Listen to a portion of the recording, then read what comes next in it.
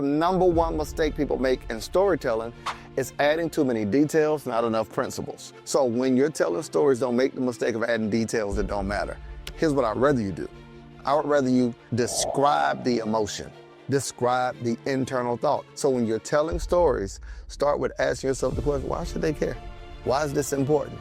Because you can't sell me the product, because stories sell, information tells. Getting better at storytelling is getting better at business. Getting better at storytelling is getting better at growing a brand and at connection. You suck at telling stories, and I'm gonna tell you why. In this video, I wanna break down for you the number one way to tell stories in a way that helps people remember it, that converts better if you're using stories in a sales presentation, or if you're using it from stage to sell services, products, or for people to work with you, and how to hold people's attention longer if you're trying to increase watch time on things like this, YouTube videos or wherever you're placing it. The best way to do that is through stories, because it holds people's attention longer. And I want to show you some fixes that you can do that drastically changes your conversions and your watch time. So here's what you should do if you are telling stories. All of us have listened to somebody try to tell a story, and they are all over the place. And the whole time your brain is sitting there like, if you'd like to make a call, please hang up and dial again. Because the whole time, here's what you're trying to figure out. Where are they going with this?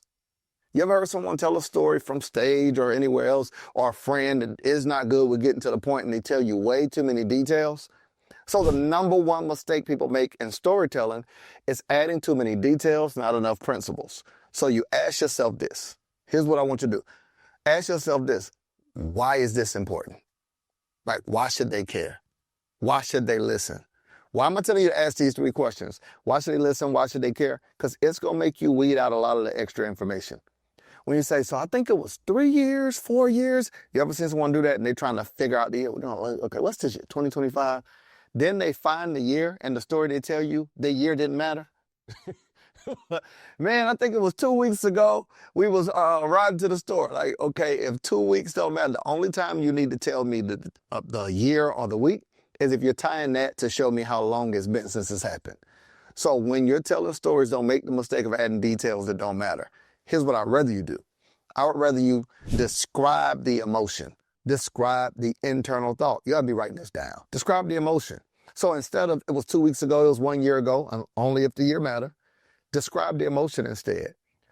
I remember going through a period of my life that I felt like, will I ever make enough money to pay all my bills at the same time? See what I just did? I described the emotion. Now I can go deeper with it. The saddest day of the month was the day I got paid, because I was working 40, 50, 60 hours.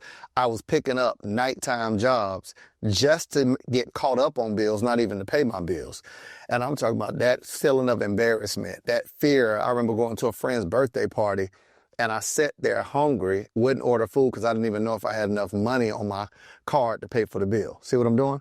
I'm telling a story that describes the emotion of what I felt in a period of time that I didn't have money. Now, here's what we got to do to get through the story. We got to get to the principle, fam. Once I've gone through that, what's the principle that I learned and what's the thing that changed? So when you're telling stories, start with asking yourself the question, why should they care? Why is this important?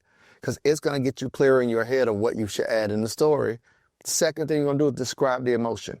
How did you feel? Don't just say, and I was afraid. What does afraid look like? Man, I remember being broke, living in, and you tell us the place. Man, I was pissed off.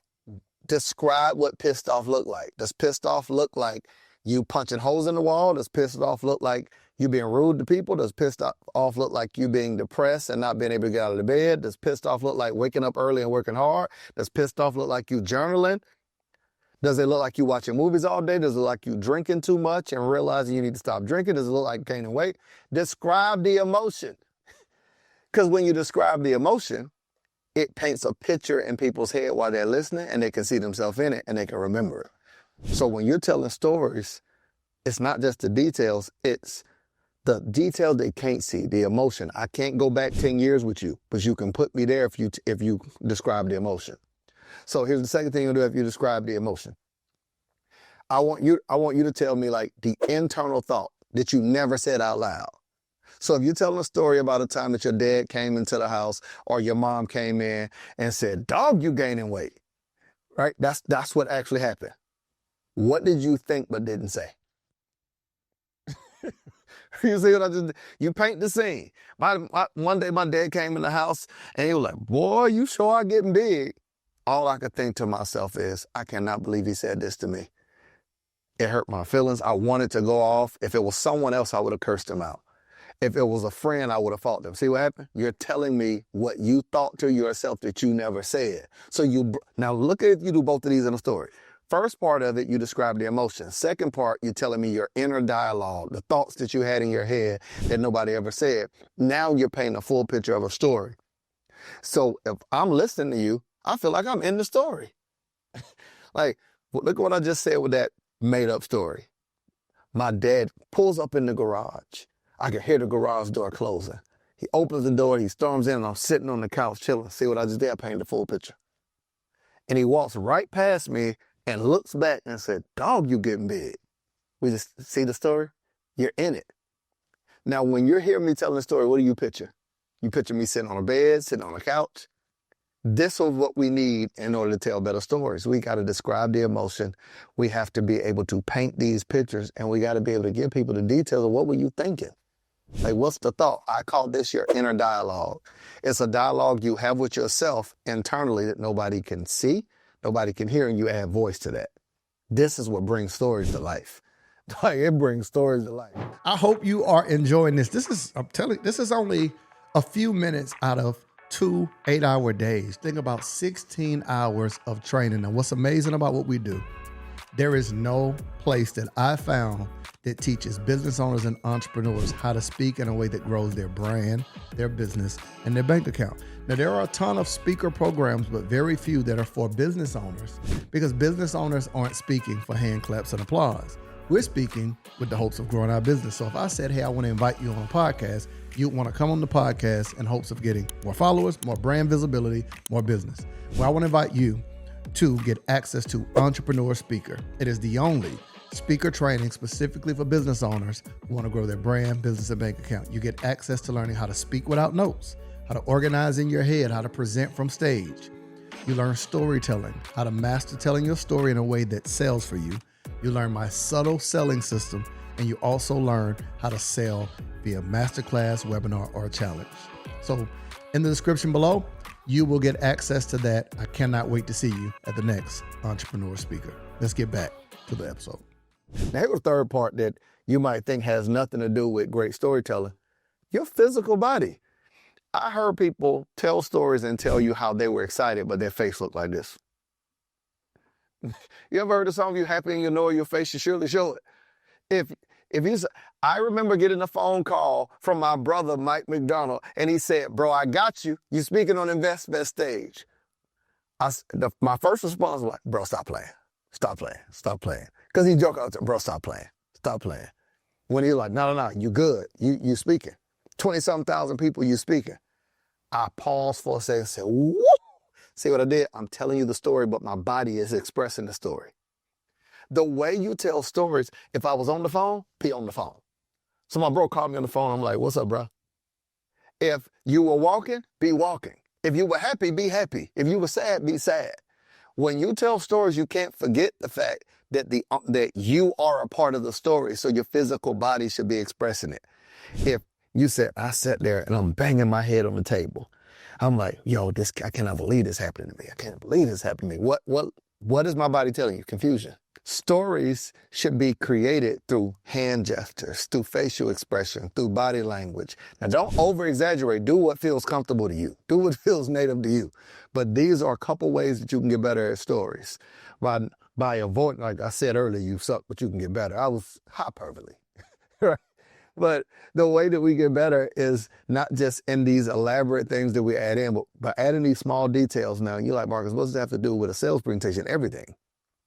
Because you can't sell me the product, because stories sell, information tells. So if you tell me something, you're talking to my logical brain that has to compute and process it. But if you tell me a story, you're talking to my subconscious brain that humanizes it, makes an emotional connection, that memorizes it, and that makes a decision. In psychology, or buyer psychology, they call this the 95-5 rule. 95% of buying decisions are emotional, only 5% are logical. 95% of buying decisions are emotional, 5% are logical.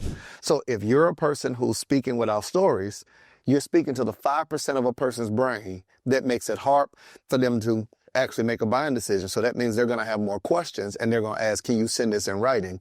Because their logical brain can't compute it.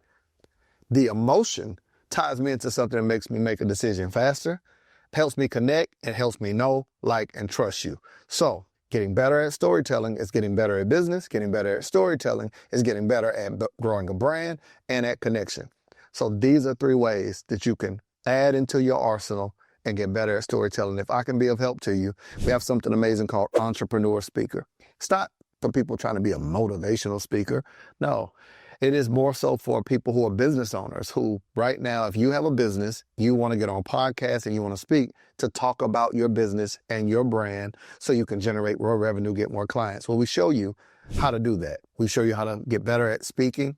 We show you how to get better at storytelling, how to get better at actually selling from stage without being salesy. What is that? It's how you, in a sales presentation, get people to clearly see and answer their questions to make a decision to work with you. So in the description of this, you'll see a link to that and how you can learn more information about it, or how you can join me at my next live entrepreneur speaker, live sales and speaker training. I'll see you in the next video.